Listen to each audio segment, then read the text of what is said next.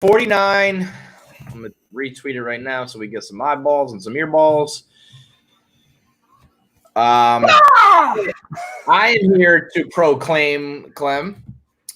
I have been thinking, we've had many discussions with sales and the company just about what's going on with We Gotta Believe, and will we keep doing episodes while there's no baseball? And for a little while, I believed that we would just be doing this as like a stopgap until the season resumed.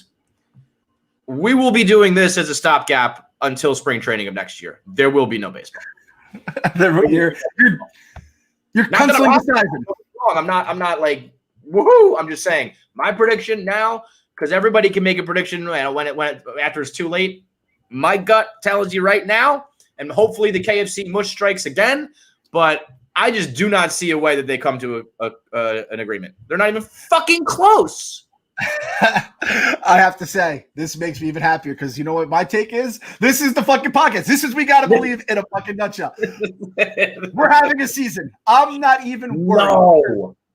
I'm not worried. I'm not worried right now. And listen, I saw the shirts are tweet as soon as I was awake when the shirts are tweet went off, which was like 11 o'clock, not that late. It felt like a win for me though, because we were doing our No Quitters podcast. And I was like, yes. I'm like, it felt like old school Twitter again when I'm online. I missed the fire extinguisher, so I missed that side of Twitter. But I got waking up to the fire extinguisher was like the best and worst because like this is awesome, but I can't imagine if I got to do it live. The one thing we know, the one thing I learned in 1994 as like peak fandom, right? It's like I was 12 years old at the time and I was in love with baseball more than anything else. I learned just how big of assholes the Major League Baseball owners can be. And I know the players, greed, all this kind of shit. They are the biggest bunch of assholes. We have all these other leagues figuring it out, and baseball is still dragging their fucking dicks around like assholes. I am not worried about this until we are like within like the deadline is basically 24 hours past. This is still in my dumb brain negotiating. This is still. I hear what you're saying. Like once we're into the end game and there's like 2 days left, maybe you'll get nervous. But you realize, Clem, that everything you just said is arguing in the opposite direction, right? Oh yeah, 100%. And nothing you just said right there actually proves why there's going to be baseball. It only reinforces why there's not going to be baseball. We've had work stoppages in the past. The owners are the biggest assholes. They're constantly just posturing and never thinking about the bigger picture. I mean, what do you think the owners are all of a sudden going to agree to? It's $0 and it's $0. You're losing all this money, and you will have. I mean, the 1994 strike is going to be nothing compared to the public relations nightmare that's going to come out of this. If like all the other sports were kind of like falling by the wayside, I'd say, all right, like it's all falling apart for everybody. Weird. Yeah. But like when the NHL can get their shit together better than you can, then you're just completely fucked. No, and trust me, I agree with you. I'm just saying, I think that's the reality. I think that owners are probably the same reason why owners should sack up and take the loss is the same reason why I think they're going to just let this year go by. Owners are owners for 50 fucking years. It's in your family for 100 years. And so that would lead you to believe, hey, just take the L. Even if you lose hundreds of millions, you've got a lifetime to recoup this, whereas most players only have, a handful of years to make their money.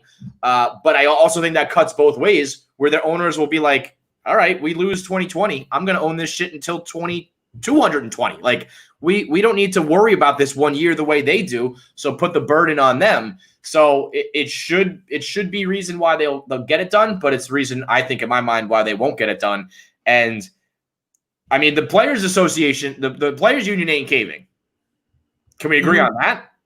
No, and they shouldn't. They shouldn't. And they have such a long-standing history as being one of the most powerful unions in baseball when it comes to testing and guaranteed contracts and all that shit that they ain't going to give that up now. They're not going to start to set a precedent of players folding to owners when they've had basically the control for. It's weird. It's like baseball owners have the ultimate control, but in terms of like day-to-day shit, I feel like the Players Union in baseball is one of the strongest things there is. So I don't think they're going to set a precedent of caving. And I think the owners are just too big of fucking assholes to cave. I don't see how it works. The other thing is that the CBA is coming up and that's expiring, and you can't, like, again, like you said, setting precedents, and then you have to then negotiate that. And if you've backpedaled here, then they're like, we've seen it with the free agency. How fucking ridiculous was the free agency the last few years when there's just guys, spring training starting, and some of the best players in baseball are just unsigned, and it's like, there's can you imagine? They're so stubborn that they let, like, basically colluded more or less to just like let great players sit around. And now all of a sudden they're going to, how come these guys get the owners, get the players in a room with a few cases of Coors Light and just hash out your differences? Make sure the mountains are blue. Get your glasses on. Everybody put your glasses on, get your can out, and just talk it over and say, well, we could either make 0 millions or some millions. And more importantly, I know I'm a broken record. I've said this from the beginning. You can get on the same page. You can do it as, and even though it's bullshit, you can do it as, we're saving America. We're doing it for the fans. We're doing it for the children. And you guys can be the heroes. America's pastime is saving America, and drink your Coors Lights and get, because really the problem with negotiations is it happens in a boardroom and not in a bar room. If you get on a bar and pour out some cold Coors Lights and just say, hey, man, how you doing? And you share some stories, you have some laughs. That's what we do over Coors Lights. And guess what? There's never going to be a fucking work stoppage with We Gotta Believe. There's never going to be Clem demanding more money and me saying no and we're going to go on strike. No, because we just drink our Coors Lights, we get along, and we have a good time. That's what baseball needs to do. That's what we do here at We Gotta Believe. That's what all the stoolies do at home. So baseball, take note, get the Blue Mountains out, drink your Coors Lights, and figure it out. I just don't think. Just fucking chill. It's the official beer of chilling, all the way from Golden, Colorado. Chill. This is the fucking picture of what the goddamn owners and the players need to do right now is just chill. The official beer of the New York Mets. Coors Light, Golden, Colorado. Drink responsibly. We fucking love you. Drink responsibly and responsibly bring the season back, you fucking cocksuckers. But here's the thing. You saw the Scherzer tweet. Like, he basically speaks for baseball there. And that was not a, like, here's where we're at. That was a definitive statement. Like, we will not be doing anything further than what we've agreed to. We will not be taking any more pay cuts. Period. Stop. The ball's in your court now. And I think they're going to take their ball and go home. I hope I'm wrong, but if you ask me, gun to my head, I really believe that there will be no baseball this year. That's fair. And again, I'm kind of coming in from the side of it that it's almost feels like, and this is on a much higher stakes, but it's like before the draft where it's like, this team's trading up to get this quarterback, and it's all posturing. And I think, like, Max Scherzer, I know he's very involved in all the negotiations and all stuff like that. And I do truly believe what he says when he's saying the kind of shit that he's saying. But I also think the owners are not budging, and I think it's because they don't have to, like, make it work until the 25th hour of getting it done. Yeah. Once that comes, and I won't believe that the baseball season is dead until the body is in the casket and they're closing it up and it's going down. And it's like you still wait for, like, that Undertaker moment where the hand comes out. We can hope for it, and I will sit here every day waiting with bated breath. Actually, I'm lying. Can I be honest? Can I be honest? There are two main reasons. There are two things. We're in the trust tree, right? I don't want baseball to come back. One, obvious reasons. I just don't want to go through Mets heartbreak. Two, I also firmly believe, as firmly as I believe there won't be baseball this year, I firmly believe that when there is no baseball this year, it will be the nail in the Wilpons coffin. I think, I mean, they're going to lose. They stand to lose $220 million this year.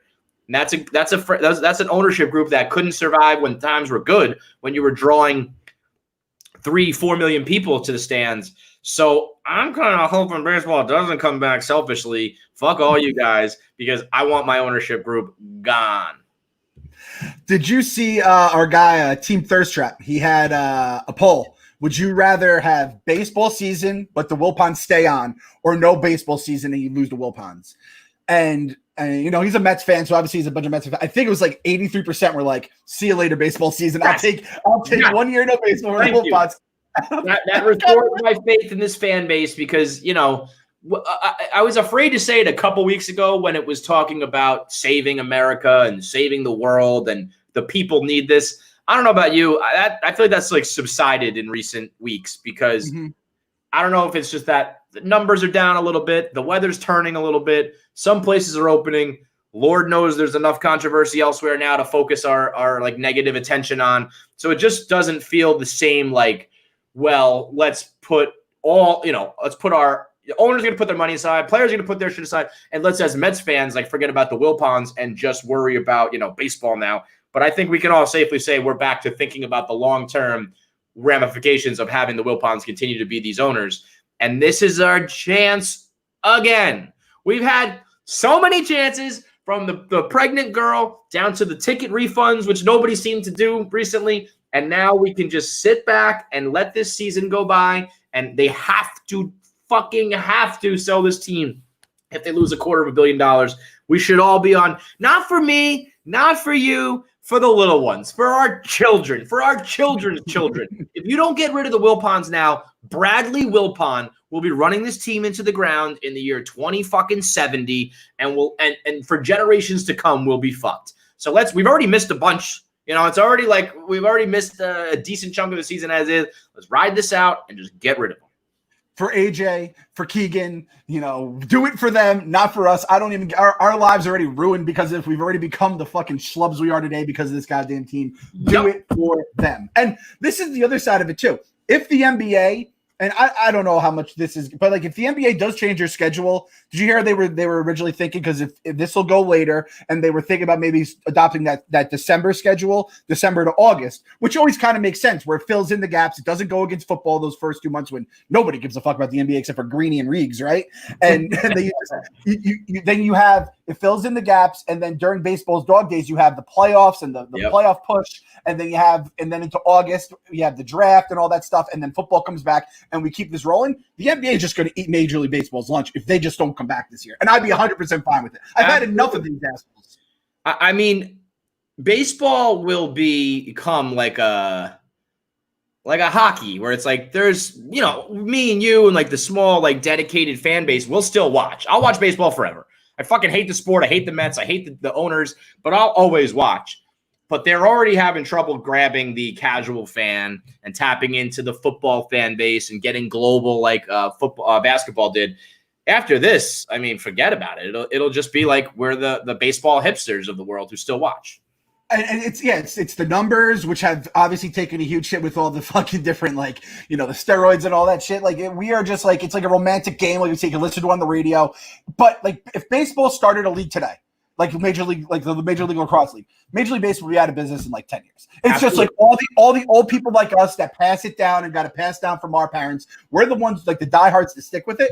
And again, you just look no further than social media when they just take all the clips off, they DMCA you, all that kind of stuff. And then to come like this during a global pandemic when millions upon millions of people are losing their jobs or in struggles, and God knows what other shit comes out from like a fallout from all this.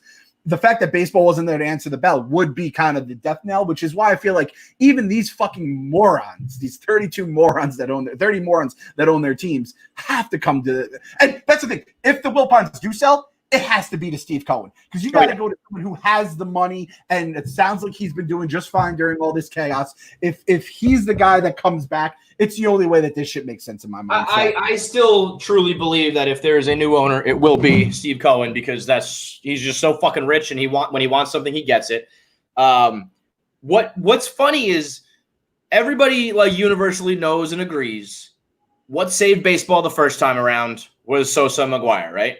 And what was Sosa McGwire? It was like an American tale of like heroism. You know what I mean? We're talking about records that stood for 50 years or whatever and finally fell, and it captivated everybody. And like, that's what they could have had if they played the PR right and said, we're saving America again. And what they should have fucking done, they should have agreed to it, should have said, let's all pretend that we're doing this for the children and the country, even though they all know they're doing it for money. And they should have gone to Mike Trout, and they should have just been like, we, the league, will pay you like another $100 million to just get cool. Just figure out a way to become cool, Mike Trout. Like, do you remember? Perfect example. Look at our guy, the polar bear, Pete Alonso. Is Pete Alonso like Ken Griffey Jr. levels of swag? No. He's to be honest, he's a kind of like average, kind of like a little bit of a thick boy, white dude who just like, that's it. You know, we're not talking about this X factor that he has. You know what he did? He hit home runs and he said the word fuck once. Not even. He just said the fucking letter once. And everyone was like, King of New York. Or we were like, King of New York. You know, it doesn't take much. And so if they just could like tap into their stars a little bit and say, like, can you guys just give us a little personality? We'll go with the storyline of like saving America. We'll put you guys on the front fucking lines of you know, every newspaper, every at bat. Start to do shit like when they do Sunday Night Baseball, they should do something like it's more of like an around the league like wrap up where you get to see everyone. You know what I mean? Pick a day or a couple days a week where it's like you're going to see every Mike Trout at bat. You're going to see every Bryce Harper at bat. We're going to mic these guys up. Like now is the time to push through all the changes that you needed to make your sport cool once again. And you could have manufactured a Sosa and McGuire type of thing. And instead, I don't think any of this is going to happen. None of it. Not fucking one. Take the fucking Last Dance. Take a Bryce Harper or someone like that. Someone who's single, preferably. Dye their fucking hair. Who's this? Who's the current Carmen Electra? Who is the Carmen Electra of 2020? You know this better than I. Get these IG models out there. Get some of these TikTok girls out there fucking dancing on the mound. Just sell the fuck out. Who would be the number one like bad bitch right now? It's basically all the girls that Machine Gun Kelly's been fucking recently. Yeah. Exactly. Who's this Halsey chick? I don't know anything about it. Get Halsey out there with your tats and be like, you're now dating this baseball player, and you guys got to just be like everywhere. Just be out there all the fucking time. NWO Trout would be incredible if he just fucking showed up in glasses, the black beard, and he just fucking goes out and starts dating these Instagram models. And then baseball has its new story. It's counterculture. It's Stone Cold Steve Austin kind of shit. And other than that, they're just going to be like, no, we don't want to do our season right now. But I'll tell you who cannot move the needle. Aaron Judge. Because he can't even get a goddamn DUI, whatever video of his girlfriend squashed in fucking Scottsdale, Arizona. King of New York, my fucking Fanny. Mad Dog Russo style. That girl. It is unbelievable for her to think that was like the right play there. Like literally nobody knows who Aaron Judge is dating. Nobody. Mm-hmm. If you guys were like the it couple of the world, I'm struggling right now with thinking of who's like the big fucking celebrity couple right now. Whoever you know when these actors are married or whatever, nobody knows who baseball players are dating because like everything we just mentioned, nobody gives a fuck about baseball. So we certainly don't know who you're dating. For her to, the best way for Aaron Judge to not get in trouble for his girlfriend getting a DWI is to not tell the police that you're Aaron Judge's girlfriend because nobody would have fucking known. You moron. A-Rod J-Lo, like should be allowed to sit it. The closest thing, and that guy's been retired for like 5 months. Imagine if they're like equally superstars, but yeah, if it was like, oh man, A-Rod's he's gonna hear it for this one. No, Aaron Judge wouldn't have heard a fucking word over this shit. And you know what? It really puts you in a tough spot. Like, do you just like break up with that girl? Yeah, you probably can't. But also, you got to be like, listen, I'm trying to build like a global brand here, and you swung and a miss. You struck out worse than I do all the fucking time when you were tested for like the very first time.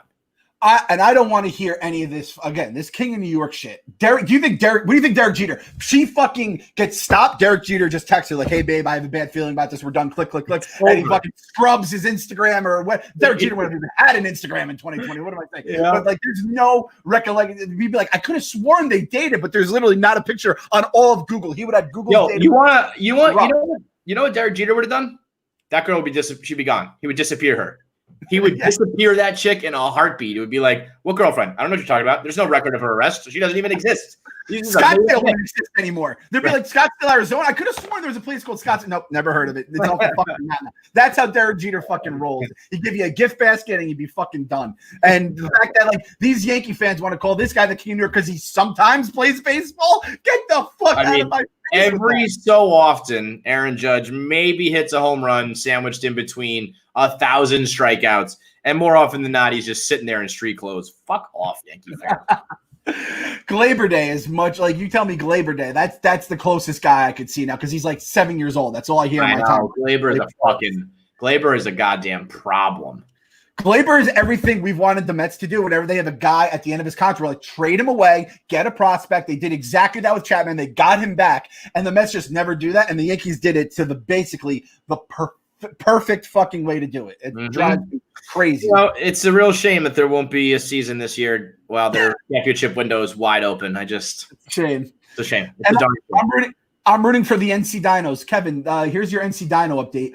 17-3 and have won yet again. I tweet a video every day. That's how I know. I'm like, I see that fucking dinosaur song like every single day. Do they ever lose? They've lost one game in like heartbreaking fashion the first week of the season, and then they've scattered two. I don't even know. I can't even tell you. I don't remember. And it's like they come back late in games. They beat teams early in games. They're the anti-Mets. They're the anti-Mets. Or they're the Mets in April, and I'm just waiting. Right. Like I'm 20 games in right now. This is exactly when shit hits the fan. Well, I mean, June is 2 or 3 days away. That'll be the big test of the Dinos. You got a lot of Mets fans rooting for you. June should be like the best month. June is like when you're a kid, school's out, the summer's warming up. People love to get married in June, all this shit. I think of June as like winter is coming. June is winter for me. It's laughable how bad this fucking franchise has been during that month. It's if you take out the month of June, we're like, NL East champs, like 6 of the last 7 years or some shit. It's fucking let's see. Let's just dive right into the bracket, huh? I mean, I don't think we have much else. Oh, I mean, DeGrom is the odds-on three-peat.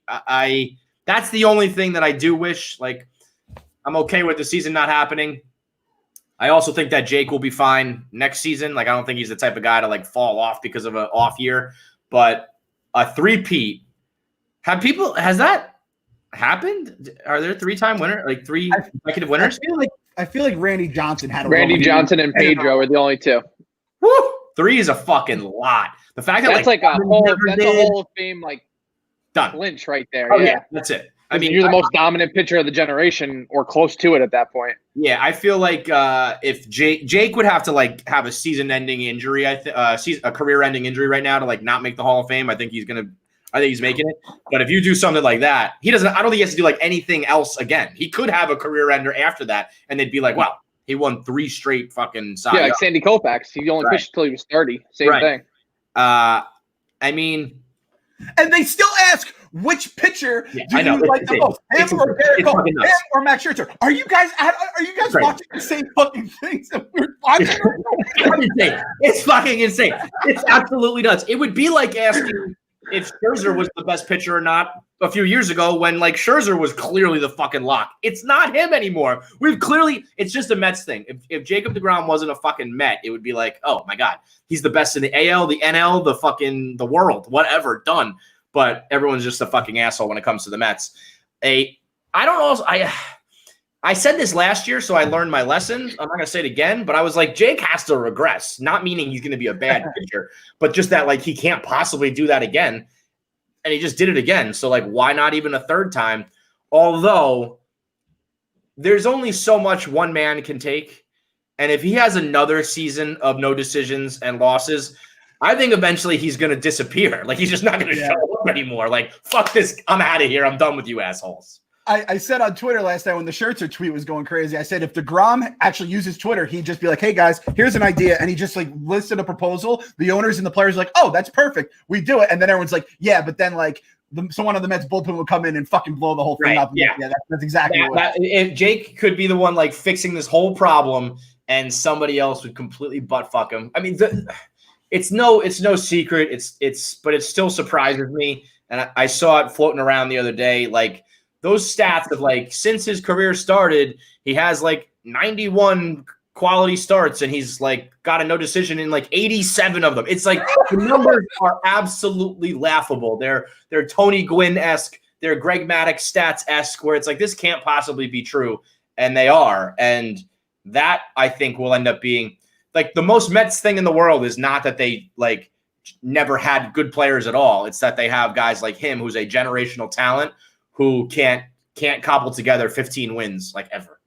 Yeah. How about signing like the biggest discount contract of all time, and then now he's not going to get paid this year? Oh. Are you kidding me? You know what? Actually, as we talk this through, I think a three-peat is not on the table because he's just going to be like, fuck this. Fuck that. I'm done. Yeah. Phantom injury, and then just take the insurance money from the You know what I fund? would love? I would love like the tables to be turned if this could ever even potentially happen. Like Jacob deGrom starting, right?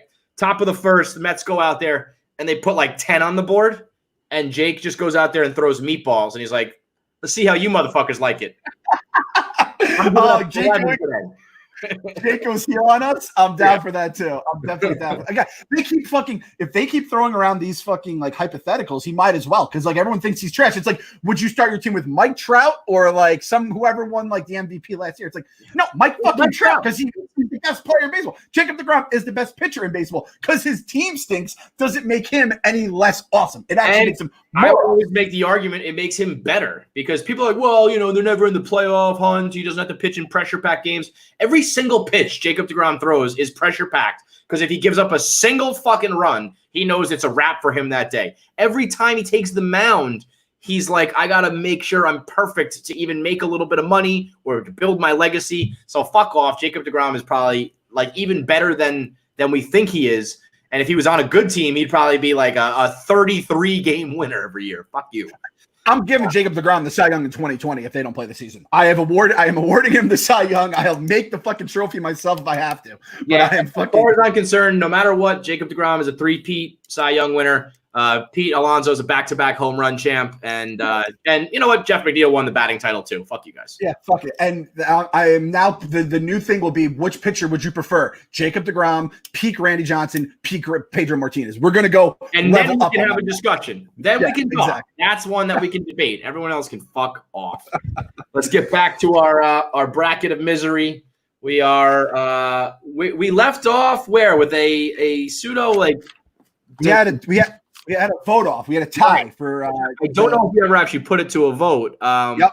Kyle did. Kyle threw it up. We had Familia home runs against Gordon and Gillespie, so the Royals and the Giants, versus Brett Saberhagen spraying people with bleach. Yo, this Familia winning with 85% is a generational thing. I don't think Twitter understands or knows who Brett Saberhagen was, or really gets the scope of shooting. Although I don't know if that really is it. Like, if you tell someone, hey, back in the day, someone got shot in the face with bleach, I think you should understand how bad that is. But okay, the people have spoken. We are a democracy here. The Familia home runs move on, and ultimately I'm okay with that. But I do believe last time I was making the argument that we're talking about danger. We're talking about off the field, like criminal behavior. We're talking about the 93 Mets, which was like one of the worst things ever. It could have gone either way, but if the people want Familia and the Alex Gordon and the Connor fucking Gillespie home runs, so be it.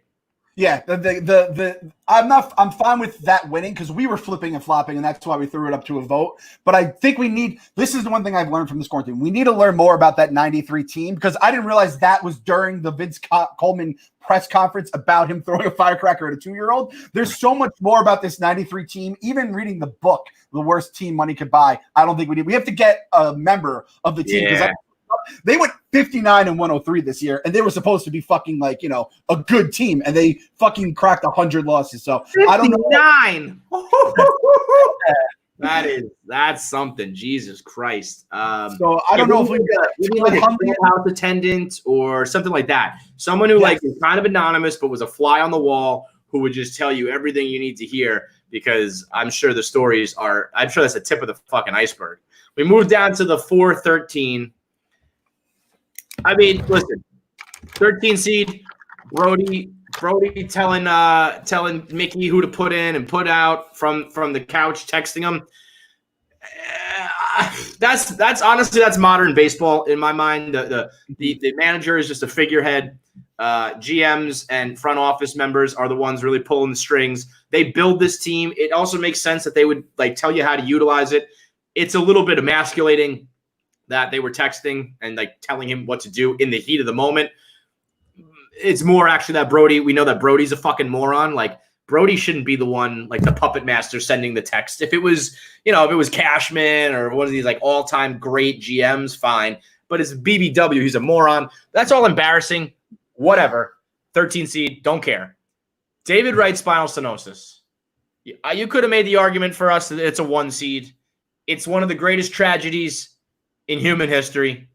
It's certainly one of the worst tragedies in baseball history. David Wright, unbelievable player.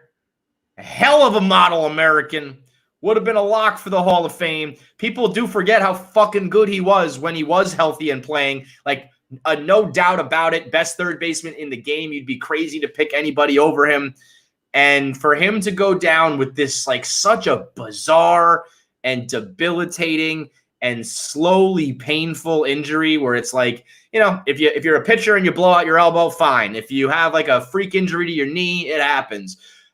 But, I mean, spinal goddamn stenosis is what snake bites our supposed to be Derek Jeter and our, lock Hall of Famer. It is an absolute tragedy. It's one of the worst things that ever happened to me. No, 100% right. The curse of the Mets third base, the hot corner, is like a thing that was, a thing I had heard about before David Wright got here. Then you saw him come up. You're like, this is the guy who's actually going to crush it. And then baseball gods go, oh, not so fast, my friend. We didn't forget about you guys. And they do that to him. Hearing Howie talk about how great of a person David Wright is, which we've heard the stories a billion times, but like the way his like eyes lit up and just and Howie's a guy who's been around everybody, and he's a real judge of character. Like it was just like a no doubter for Howie to be like he's the best person ever, and that says everything. This is gonna sound like fucking like extreme, but like David, this is like the death of innocence. Basically, is David Wright like spinal stenosis? Like such a good dude, and all the way through the fucking retirement, he still has the smile on his face and all that kind of shit, even though his career was robbed from him. And that's the thing that pisses me off the most. Like you said, people forget how great he was. I remember when I blogged about him retiring, and people were like, "Oh, like look at these numbers, this and that." It's like, guys, he was fucking awesome. They built a ballpark that completely like neutered his power alleys for a couple of years. And like the guy was fucking like slowly like having his body betray him. And he still was fucking great. Comes back during that World Series run and all that kind of shit. I mean, you remember even when they built that dumb fucking ballpark and completely screwed him over, that he just went out there and he batted like 360. Remember that? He just had like that one year where he was like, all right, fine, I'm just going to fucking like hit for average and just like dominate that way. It was like, I wasn't 360, but he was like, he had that 325 season when he should have won the MVP. He just was like, all right, let's just fucking adapt and keep it moving. And instead, he was just robbed of what should have been like his Hall of Fame career, his King of New York moments. And he never once, like, remember when the Little Ponds came out and said David Wright's not a superstar, and he just that. He just always put up with that bullshit. And it was him and Reyes together, and Reyes kind of ended up being a scumbag. Well, definitely ended up being a scumbag, but even to the team, he was questionable. And throughout it all, just smiled and talked like Michael Jackson with the high voice. And it's just like it'll be the ultimate what could have been, what should have been for Mets fans.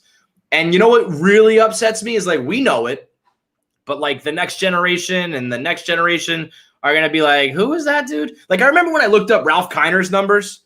Ralph Kiner was fucking incredible. And then I think like between like WAR and his back, he was like totally cut short.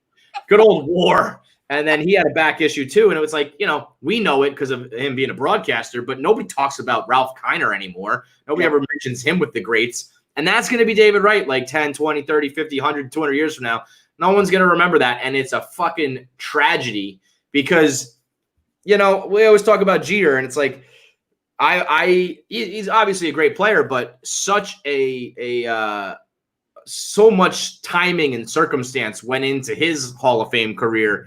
And David Wright's just the opposite. It's like he was the one who was, I think, the better player, the better raw talent, and had he been in a better spot and had health, we'd be talking about him instead. So it's just a tragedy. They have a 64-hour Derek Jeter marathon coming up on MLB Network. That is, I wouldn't even spend 64 seconds watching that fucking slob knob job. 64 hours? I don't even know if that's possible. But like, it's just like, here was a World Series game he played in, and he probably had a big hit because he fucking, again, it always worked out. He basically took all of David Wright's luck. Like, he took it all. He hogged it all, had his fucking, like, legendary career being, even though not seeming like nearly as great a person as Derek Jeter's a fucking scumbag compared to David Wright. David Wright is a model citizen. Oh, and by the way, because he's so private and nice, nobody ever talks about it, his wife is gorgeous. And his family, his kids are perfect. He's perfect. If you got a problem with David Wright, you're the fucking asshole. Yes. That's fact, Jack. Spinal goddamn stenosis. Like, we don't hate spinal stenosis enough. We don't fucking like out like Wilpons 1, spinal stenosis 1A. This should have probably been a 1 seed in my mind, legitimately. Like, because it's just one player, but it's also like it's a metaphor. It's symbolic. I'm gonna write a book one day, Clem. You want to write a book with me? You want to write some Mets fan fiction?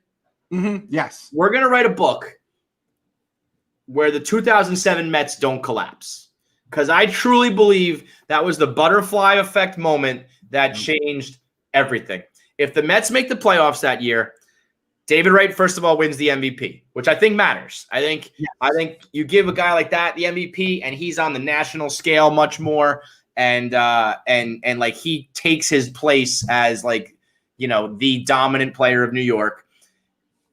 I get the feeling that if the Mets got through that regular season, even if they were almost collapsing but just made it by like one game, that they would have just like settled and regrouped. And I think that they probably at least make a run, hopefully go on to avenge 06.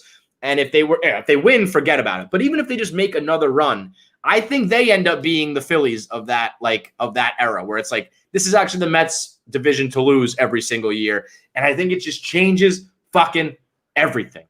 Like, everything hinged on that fucking 17 with 17 to go. And I think I'd be a different person. I think like everything would be different. Barstool would be different. I'd have a different personality. Like, my entire life would be different if they could have just won like one more goddamn game in that month. Butterfly effect shit. And the thing that really hurts me about Wright is he was a Mets fan growing up and a Giants fan. He was the one. He was from Virginia too. There was no reason. It was just because they had the minor league team down there and all that shit. Norfolk Tides. Like, it doesn't make sense that like he was like the chosen one for us. And in pure Mets fashion, I almost feel like the Wilpons were like don't worry about the spinal stenosis thing. You'll be fine, Dave. Like, I feel like they are the cause of all this fucking butterfly effect, just sadness. So I think David Wright. You know, Tommy John these days is like, it's bad, but like, you'll be fine. We know how to do that. I think spinal stenosis was the perfect disease, where it was like, it's a disease. It's not an injury. It's debilitating. It deteriorates. Like, we don't know how to fucking stop this.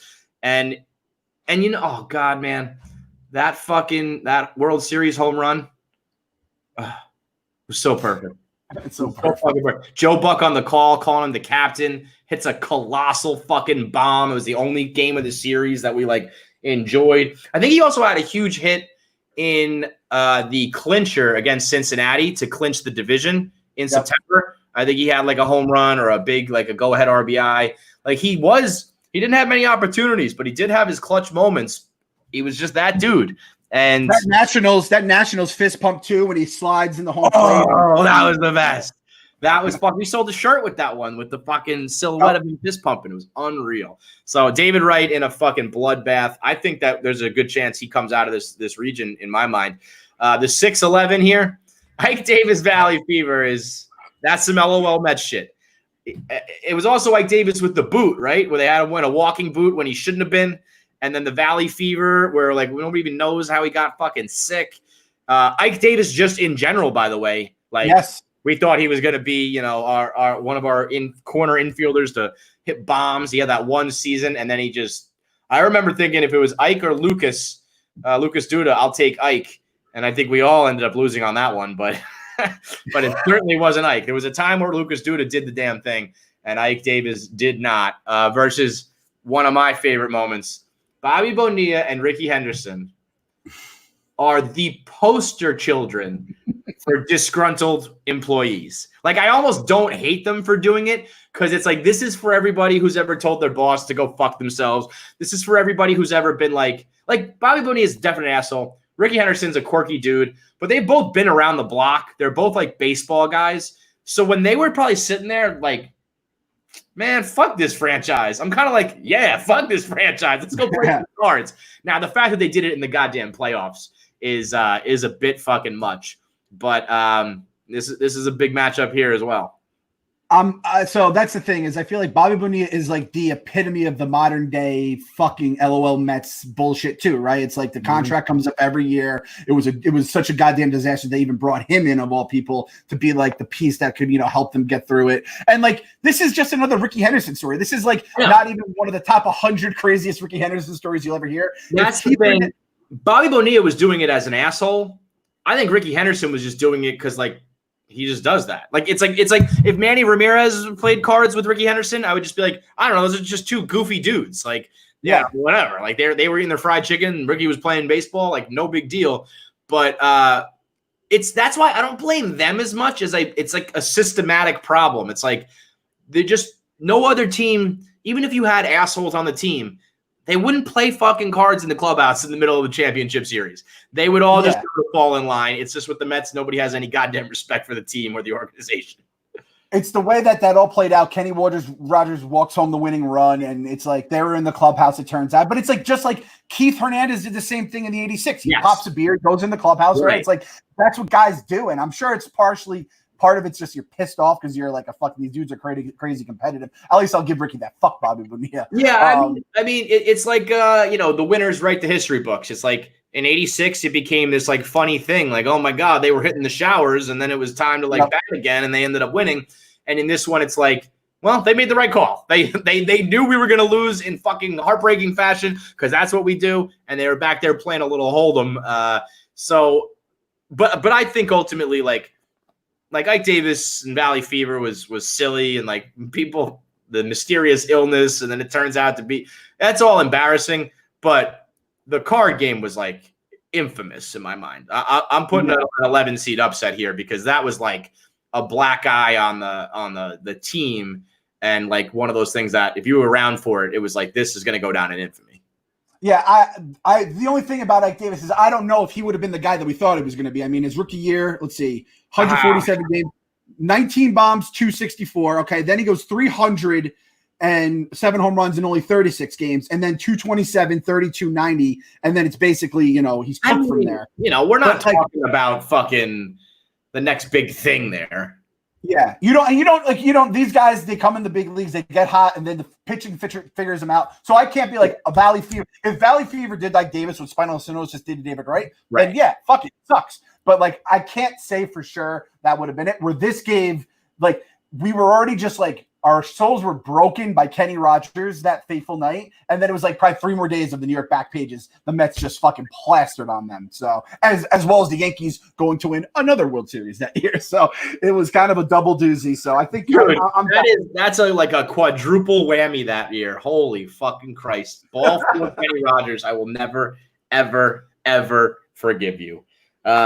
I got radio at 2. I was going to try to squeeze one more in, but the Luis Castillo pop-up is yet again one that I could do a full hour on. So we're going to press pause here so we can come back and talk about that. Plus the 14 seed of Beltran and his secret injuries and surgeries and misdiagnoses and all that shit. There's a lot to dig into with that matchup.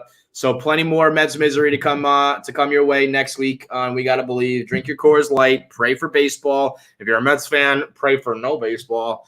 And let's go Dinos, right? Let's go Dinos, baby. We gotta figure out how to say we gotta believe. You gotta believe in Japanese, like chin chin choka. And you're gonna be like chin chin choka. I love it. See you guys next week. Chin chin choka. All right, later, boys. Later, brother.